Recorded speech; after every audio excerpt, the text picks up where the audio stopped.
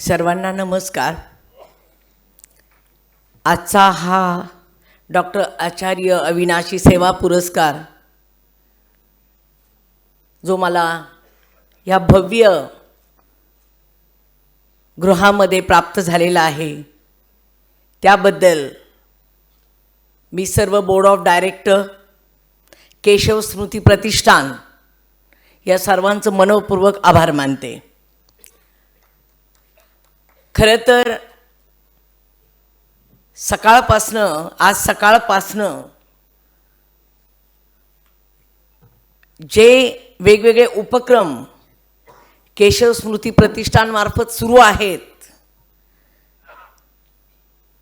ते सगळे उपक्रम बघताना माझी दमछाक होत होती. एवढं काम या प्रतिष्ठानने उभं केलेलं आहे आणि अजून खूप उपक्रम त्यांना दाखवायचे होते पण वेळ नव्हता. आणि मी जिथं जिथं गेले तिथे जेवढे लोक भेटले आणि सगळे उपक्रम, सगळे प्रोग्राम हार्ट टचिंग होते. ते सगळं बघितल्यानंतर मला असं वाटलं अरे मला ह्या ग्रुपकडनं शिकायचं आहे. खूप शिकण्यासारखं या ग्रुपकडनं. तसं मी आत्तापर्यंत 34 वर्ष काम केलं, पण या प्रतिष्ठानने जे काम उभं केलं, माणसं उभी केली. अगदी पहिलं आम्ही ज्या ठिकाणी आम्हाला नाश्त्याला नेलं तिथे इतका चांगला तो नाश्ता, ज्या पद्धतीने त्या महिला बनवत होत्या, सगळी व्यवस्था. आणि तिथे मला त्या ताईंनी सांगितलं, म्हणे मॅडम आमच्याकडे रोज असंख्य गरीब लोक येतात जेवायला आणि आम्ही 1 रुपयात हा उपक्रम सुरू केला आणि आता 15 रुपयात लोक पोटभर जेवून जातात. त्या लोकांच्या चेहऱ्यावरचं समाधान, आम्ही नाश्ता करत असताना खूप लोक तिथे येत होते. त्यानंतरचे जे सगळे उपक्रम मी बघितले आणि मी ते सगळे साठवत गेले की प्रत्येक कार्यकर्त्यांमध्ये आत्मविश्वास, म्हणजे माझे बोलताना माझ्या अंगावर काटा येतोय, आत्मविश्वास आणि सेवा ही बोलताना आणि सगळं सांगताना त्यांच्यामध्ये इतकं भरून आल्यासारखं. आणि हे आम्ही समाजासाठी नाही तर आमच्या समाधानासाठी करतोय. मी आत्तापर्यंत खूप ठिकाणी फिरले पण इतकी स्ट्रॉंग फिलिंग, इतकं समाजाविषयी प्रेम, आत्मीयता असणारे मला कार्यकर्ते आत्तापर्यंत दिसलेले नाही आहेत. तर मी पहिले केशव स्मृती प्रतिष्ठानचे सर्व उपक्रम चालवणारे सर्व कार्यकर्ते, सर्व बोर्ड ऑफ डायरेक्टर्स यांना मी अभिवादन करते तुमच्या ह्या सेवेबद्दल. आणि जसं डॉक्टर आचार्यजी यांच्याविषयी मी ऐकत आले, मी तुमची वेबसाईट बघितली, वाचन केलं. एवढं मोठं काम,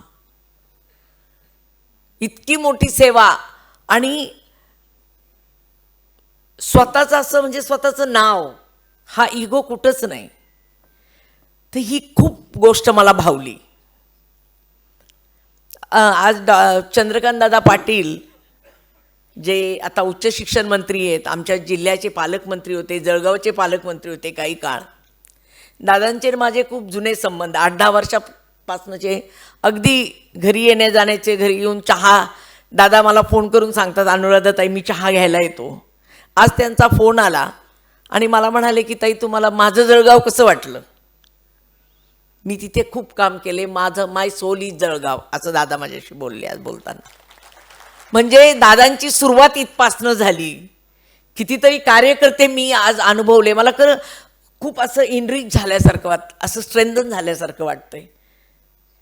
आणि मी इथे खूप सांगण्यापेक्षा मी आज तुमच्या प्रत्येक उपक्रमातनं खूप शिकून चालली आहे. आणि जे मला खूप टचिंग झालं, सगळ्यात जो प्रोजेक्ट मला टचिंग झाला तो की जी 18 वर्षानंतरची मेंटली दिव्यांग मुलं, पुरुष ज्यांना काहीच कळत नाही आणि समाजाला वाटतं यांचा काहीच उपयोग नाही, घरच्यांना वाटतं यांचा काहीच उपयोग नाही, घरचे पण मदत करत नसणार आहेत, पण ज्या पद्धतीने त्यांची सेवा केली जाते, सुविधा पुरवल्या जातात, भव्य ग्राउंड त्यांच्यासाठीचं सगळं इतकं सुंदर बनवलेलं आहे. तर मी खरोखर म्हणजे यातनं मला दृष्टिकोन तुमच्या या संस्थेचा दिसला की ज्यांचा काही म्हणजे बऱ्याच वेळा काहीच त्यांच्याकडे कॉन्ट्रीब्युशन काहीच नाही, तुमचे पैसे जातात, खूप वेळ जातो, स्ट्रेस येतो. मला तिथला एक कार्यकर्ता म्हणत होता, तिथले जे प्रमुख ते म्हणत होते, ताई आम्हाला कधी कधी एक छोटं जेल ठेवावं लागतं कारण यांना त्रास व्हायला लागला की भांडणं करतात. त्यातनं माझ्या लक्षात आलं की कुठल्या अमाऊंट ऑफ स्ट्रेस हे लोक सहन करतायत. पण तो समाजासाठी, ज्यावेळी आपण समाजासाठी काहीतरी करतो, मनापासनं करतो, तळमळीने करतो, त्यावेळी आपल्याला जे आत्मिक समाधान मिळतं ना, ते जगातल्या कशातच मोजता येत नाही. हा माझा 34-35 वर्षाचा अनुभव आहे.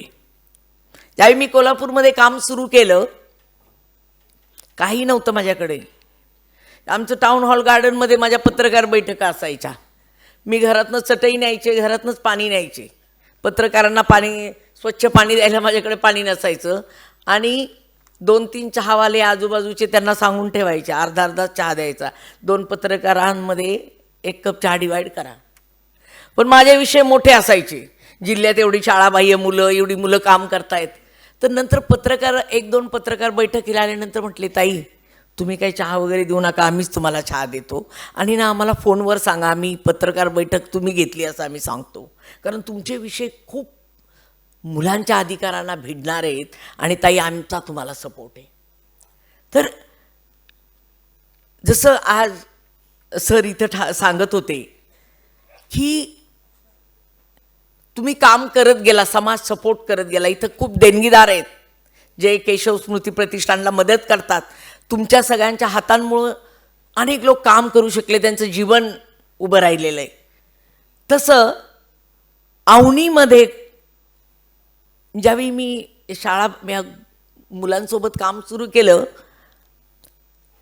2002ला एक पहिली शाळा सुरू केली, तर एका मातीच्या घरात.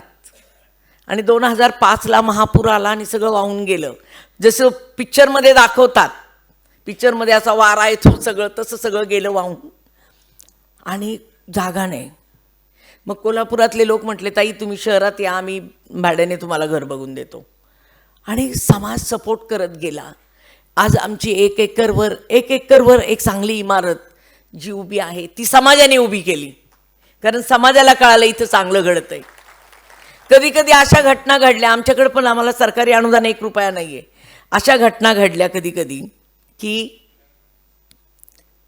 मुली 50 आहेत आणि उद्या तेल नाही आहे स्वयंपाकासाठी.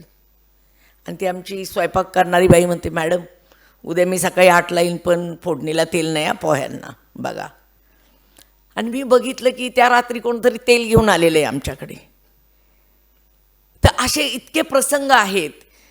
जसं सर म्हणाले की इथं ईश्वरीय कार्य ज्यावेळी तुम्ही करता, ईश्वरीय कार्य म्हणजे माझ्या मतानुसार की ज्यावेळी तुम्ही पॉझिटिव्हिटी घेऊन कुठल्या तरी चांगल्या भावनेतनं काम करता, त्यावेळी तुम्हाला निसर्ग नाही, कुणीही काही कमी पडू देत नाही. आणि त्या भावनेतनं मी हे काम केलं, खूप संघर्ष भोगले. खूप म्हणजे ज्यावेळी मी माझी आत्मकथा लिहायला घेईल त्यावेळी त्याचं नाव संघर्ष असणार आहे. म्हणजे लहानपणी तर इतकी गरिबी की मला खरोखर वाटतंय विधात्याने कुणालाही गरिबी देऊ नये, एवढी गरिबी आम्ही भोगली. दिवसेंदिवस आम्हाला अन्न नसायचं, त्यावेळीची परिस्थिती वेगळी होती. आणि मी ह्या मुलांमध्ये माझं बालपण बघते. मला असं वाटतं कुणी उपाशी झोपू नये. बेघरांसाठी काम सुरू केलं, काही होऊ दे पण त्यांना गरम जेवण मिळावं, एवढी माझी भूमिका असते. माझं बालपण ह्या बालकांमध्ये बघत असल्यामुळं मी सुसाटपणे काम करत फिरले. मला बालपण वाईट गेलं, संसार वाटलं की संसार तरी चांगलं करेल, मला संसार करण्याची हौस होती, ते तो एकदमच बेकार झाला. नवरा बेकार निघाला, सासूने तर खूप छळलं आणि घर बाहेर सोडावं लागलं. आणि कोल्हापूर नवीन आणि काहीच नाही माझ्याकडं, रस्त्यावर राहिले 15 दिवस, होमलेस. मग काहीने मदत केली आणि त्यातनं एक बाकी माझ्यात होतं, जी जिद्द होती, चिकाटी होती, कष्ट होते, पॉझिटिव्हनेस होते. आणि त्यामुळं आणि आमचे कोल्हापूरकर असे आहेत की एकदा त्यांना जर कळालं नाही इथं व्यवस्थित चाललंय, मग ते ना तुमच्या अंगातले कपडे काढून देतील. पण एकदा जर त्यांना समजलं नाही तर काहीतरी फ्रॉड आहे तर मग पायतान हातात घेतात. अशी कोल्हापूरची माणसं आहेत. तर त्यामुळं खूप माझ्यावर प्रेम केलं. त्या प्रेमामुळं आज 86,000 मुलांपर्यंत आम्ही पोचलो. तेवढ्या मुलांना आम्ही शिक्षण दिलं. एकच भूमिका की माझ्या समोर फक्त विचार देशाचा असतो. माझ्या या देशात आज 145 कोटी लोकसंख्या आहे. 1% 40% लोकसंख्या मुलांची आहे. त्यातली 28 ते 29% वर मुलं 10वीपर्यंत पण शाळेत जात नाही आहेत. त्या मुलांना जाणं शक्य आहे का? शक्य आहे. त्यांना संधी नाही आहे. गरिबी आहे. आणि मी ज्यावेळी माझ्या देशाला जगाच्या बाजाराच्या स्पर्धेत बघते त्यावेळी मला असं एक भारतीय म्हणून मला वाटतं माझ्या देशातलं प्रत्येक मूल शिकलं पाहिजे. त्याला राईट टू एज्युकेशन मिळाला पाहिजे. त्याला ॲक्सेस टू एज्युकेशन मिळालं पाहिजे. आणि मग त्याच्यासाठी आम्ही काही करायला तयार असतो. सरकारबरोबर भांडतो, काही करतो, आईवडिलांवर केसेस दाखल करतो, यंत्रणेवर केसेस दाखल करतो, कलेक्टरांवर केसेस दाखल करतो, मंत्र्यांना अडवतो. कारण शिक्षणच आपल्याला चांगलं बनवू शकतं. आणि म्हणून अनेक वर्ष हे काम केल्यानंतर खूप खूप सर वाईट प्रसंग आले. फार वाईट प्रसंग आले. वीटभट्टीवरची मुलं मुक्त करताना बालकामगारीतनं एका रात्रीत मी 42 FIR दाखल केले वीटभट्टी मालकांवर. पोलीस म्हणाले FIR वगैरे कसलं काय, काय कायदा घेऊन बसला, मॅडम सोडून द्या, काय होणार नाही. पण संघर्ष करून FIR दाखल झाल्यानंतर ज्यावेळी वीटभट्टी मालकांना त्यांचे लायसन कॅन्सल झाले, त्यांना 20,000 दंड भरावा लागला. आणि ज्यावेळी हे वीटभट्टी मालक त्यांना कारावास भोगावा लागला त्यावेळी ते खडबडून जिल्हा जागा झाला. आणि दुसरी त्यांनी काय कृती केली, ते सगळे मोटरसायकल घेऊन आले. आमच्या संस्थेचं छोटं ऑफिस होतं. आणि आमचे कार्यकर्ते घाबरले. ते म्हणाले मॅडम 100-125 लोक आलेले आहेत आणि तुम्ही संडासात लपा, तुम्हाला आता काही सुट्टी नाही, हे सगळे गुंड आहेत. तर मी म्हटलं संडासात कशाला लपायचं, काय करायचं करू देत. आपण तर मुलांच्या न्याय अधिकारासाठी लढतोय. त्यांना सांगत होतो मुलांना कामावर ठेवू नका. मी आमच्या त्या छोट्या ऑफिसमधनं बाहेर आले, ते सगळे असे उभे, जसा मूवीमध्ये सीन असतो ना सेम तो. एकदम एकेरी वगैरे त्यांनी बोलायला सुरुवात केली. ही 2003ची गोष्ट आहे. त्यावेळी मी त्यांना सांगितलं, म्हटलं हे बघा दादांनो, तुम्हाला सगळ्यांना सांगितलं होतं, तुमचं प्रबोधन केलं, तुम्हाला 3 वेळा पत्रव्यवहार केला, मुलांना कामावर ठेवू नका, त्या मुलांना शाळेला पाठवा, त्यांचं शोषण करू नका. तरी तुम्ही त्यांचं शोषण केलं आणि म्हणून हा गुन्हा दाखल झालेला आहे, मी मागं घेणार नाही. तर त्यांनी सांगितलं आम्ही बघून घेऊ. तर म्हटलं बघून घ्या, मी काय तुम्हाला घाबरत नाही, जावा. हे काम करत असताना ही मानसिकता मी ठेवलेली आहे की उद्या आपल्या फोटोला कोणतरी हार घालणार आहे. कारण आम्ही मोठमोठ्या गुंड माफियाशी लढतोय. सर गेल्या वर्षी 168 बालकामगारांना कोल्हापूरच्या एका कंपनीतनं आम्ही मुक्त केलं. त्यांच्या आईवडिलांना 20-20 हजार रुपये देऊन फसवून शाळेला मुलं घालतो म्हणून आणलं आणि डांबून ठेवून कामं करून घेतली त्या मुलांकडनं. ज्यावेळी आम्ही त्या मुलांना पोलिसांच्या मदतीने मुक्त केलं त्यावेळी कोल्हापूरचे 10-12 उद्योगपती माझ्याकडे आले. ते आम्हाला कधी डोनेशन देत नाही, आले आणि ते म्हणाले हे चेकबुक घ्या आणि सह्या करा मॅडम, तुम्ही रक्कम टाका, आम्ही सह्या करतो. आम्ही त्यांना सांगितलं आम्ही विकले गेलेलो नाही आहे, 1ही रुपया नको, पण प्रत्येक मुलामागं तुम्हाला दंड भरायला लावल आणि ती केस कोर्टापर्यंत नेईल एवढी खात्री करा. आणि आता सध्याला केस चालू आहे, त्यांना खूप त्रास होतोय. याचा चांगला परिणाम असा झालेला आहे की आत्ता त्या इंडस्ट्रियल एरियात एकही मुलगा काम करत नाही आहे. आणि आम्हाला डोनेशन नको, CSR देऊ नका, पण तुम्ही मुलं कामाला ठेवू नका. कारण या देशात जन्मतः प्रत्येक मुलाला शिक्षणाचा अधिकार आहे, माणूस म्हणून जगण्याचा अधिकार आहे. आणि म्हणून मला असं वाटतं की आपण भारतीय म्हणून आज केशव स्मृती प्रतिष्ठानच्या प्रत्येक कामात एवढी स्ट्रेंथ आहे, एवढे मोठे विषय त्यांनी घेतलेले आहेत. आणि मला सर एक गोष्ट जाणवली तुमची, जिथं जिथं मी गेले एक कॉमेंट त्या कार्यकर्ता करत होता, मागचा पुरस्कार मिळणाऱ्या व्यक्तीच्या त्यांनी हे काम केलं, त्यांचं शिकून आम्ही हे सुरू केलं. हे मी सकाळपासून ऐकते. म्हणजे तुम्ही इतकं शिकताय एकमेकांकडनं, आणि हा जो गुणधर्म आहे तो अनेक संस्थांमध्ये नाही आहे की ते ॲडॉप्ट करणं, ते आपल्या इथं सुरू करणं. तर मी तुमच्या इथं अनेक सगळे तुम्ही उपक्रम सुरू केलेत. मला फक्त एकच तुम्हाला विनंती करायची, शक्य असेल तर, कारण इथं इतके लोक जमलेले आहेत आणि तुमचे पाठबळ करणारे इतके लोक आहेत. तुम्ही 1098 पण हँडल केलेली आहे. कितीतरी मुलांना तुम्ही अपहरणकर्त्या मुलांना गावी पाठवलेलं आहे, मिसिंग मुलांना. हे काम तुमचं चालूच आहे. पण जळगाव जिल्हा, जळगाव शहर स्वच्छ करण्याचं स्वप्न जर तुम्ही बघितलं, ओला सुका कचरा वेगळा करा. कारण इथनं पुढं आपल्या देशामध्ये पर्यावरण हा खूप मोठा विषय असणार आहे. घरातल्या घरात ओला सुका कचरा वर्गीकरणाचा प्रश्न तुम्ही हँडल करा. मी जवळजवळ 4,500 कचरा वेचकांना एकत्र केलेलं आहे. कारण ते जे काम करतात ते पर्यावरणाचं काम करतात. त्यांची परिस्थिती बदललेली नाही आहे, पण त्यांना संघटित करून महानगरपालिकांनी, ग्रामपंचायतींनी त्यांना जर कचरा वर्गीकरणाचं वैज्ञानिक पद्धतीने काम दिलं, त्याला ग्रीन बिझनेस म्हणून जर ट्रीट केलं आणि त्याच्या स्ट्रिक्ट गाईडलाईन 2016च्या कायद्याच्या फॉलो केल्या, तर मी इंदोरला जाऊन आले. नगर निगमने खूप चांगलं काम केले, पण त्याच्याबरोबरने लोकसहभाग, की लोक ओला सुका कचरा वेगळा करतात. जिथं घरामध्ये जागा आहे तिथं ओल्या कचऱ्याचं खत करतात. सुका कचरा ड्राय पद्धतीने ठेवला त्याचा वास येत नाही, तो सुका कचरा कचरा वेचकांकडे देतात. तर आम्ही अशा कॉलनी उभ्या केल्यात कोल्हापूरमध्ये, की लोक सुका कचरा आमच्याकडे देतात. कचरा वेचक भगिनी गाडी घेऊन जाते, तो सुका कचरा घेऊन येते आणि त्यांना आठवडाभर डिग्निटीने काम मिळतं त्या कचरा वेचकांना. आज त्या घाणीत हात घालून भंगार गोळा करतायत. पण हा जो उपक्रम तुमच्या प्रतिष्ठानने जर घेतला, मी तर माझी खूप एक्सपर्टी आहे त्या उपक्रमात, कारण मी गेली 15 वर्ष त्यावर काम करते. तर जळगाव शहर स्वच्छ, सुंदर, ब्युटिफाय आणि पूर्ण कचरा विलगीकरण होईल. ओला सुका कचरा ई वेस्टच्या बाबतीत पण आपल्याला काहीतरी CSRच्या मदतीने काही युनिट्स उभे करता येईल.